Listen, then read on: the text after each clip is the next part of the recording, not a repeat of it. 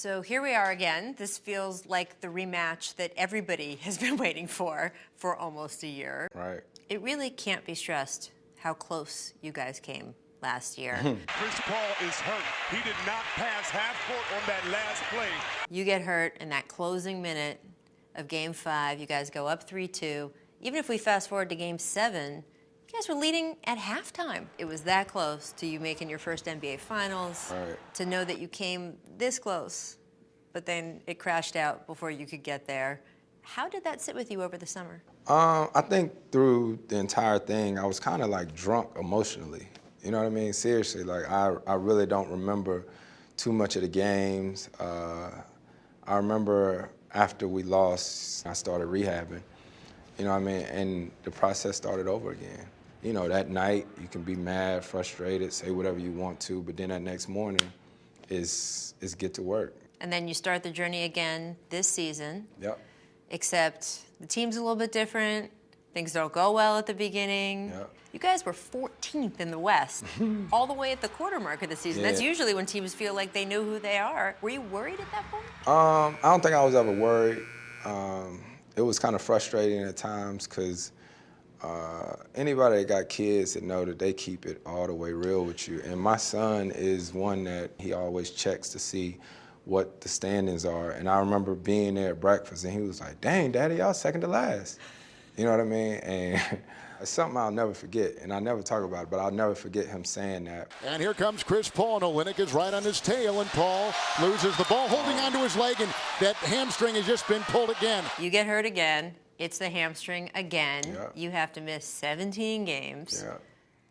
What do you feel at that point, especially when it's the same injury? Why? You know, and when you think about training and working out and all this different type of stuff, you're like, man, you try to do everything that you can to make sure that you're in the tip-top shape to be ready to play. But things happen, you know, so you go back to the drawing board, and we're here now. How do you keep from being gun-shy that it's going to happen to you again? I hoop. You know what I mean? I can never go out there and be like, oh man, because I only know one way to play. Your old coach, Byron Scott, Yep. and I'll sit around and talk about you. Yeah. And he said, Chris doesn't have a 90% speed. Yeah, I don't work like that. You know what I mean? So the only thing that I can do is prepare, practice, and you know, go out there and compete, and that's what I'm gonna do. As Draymond gets the technical and says, "I don't care." And Maury, Chris Paul are exchanging some words with one another. You have two teams in this series who, in particular, have had some run-ins Right. with officials. How concerned are you about what the officials do, or you guys reacting to what the officials do, actually ending up in someone being tossed in a really important game? I don't know. You just never know. It's an emotional game, though. You know what I mean? It's very emotional. And I know, you know, when you watch games, you hear everybody saying, oh, they got to control their emotions. They got to control.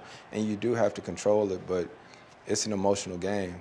You know, guys want to win, you know, and so, you know, things happen. We'll know the result of whatever happens in these playoff series in a week or two. We won't know about MVP till the end of June. Right. But still, you have been playing alongside James Harden this entire season, seeing this incredible run that he's put up, and then also seeing this backlash against him, particularly from former players. What has that been like? I don't get it. You know, I don't understand it. If what he does was easy, everybody would do it. Everybody would do it. You look at his handle now and how much tighter it is, and it's just, you know, any real hooper knows that when you put the work in and then it translates to the game, it's an unbelievable feeling. So let's talk about you. I'm going to do some investigative journalism here.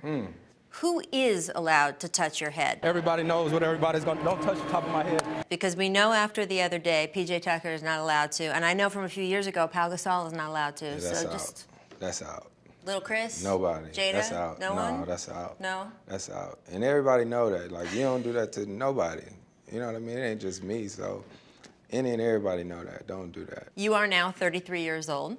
You recently watched your old man friend, Dwyane Wade, retire at 37 years old. Yep. What did being there and watching that and having that be real do for you? I'm in year 14. I'm not in year 5. You know what I mean? Yeah. So it definitely gives you perspective. We played in Utah game 3, and Kobe White that plays at Carolina, who played in our AAU program, came to the game. and he's about to be in the NBA draft. And that's when it really hit me. After the game, we went to eat, and I texted my homies back home and was like, man, Kobe about to be in the NBA.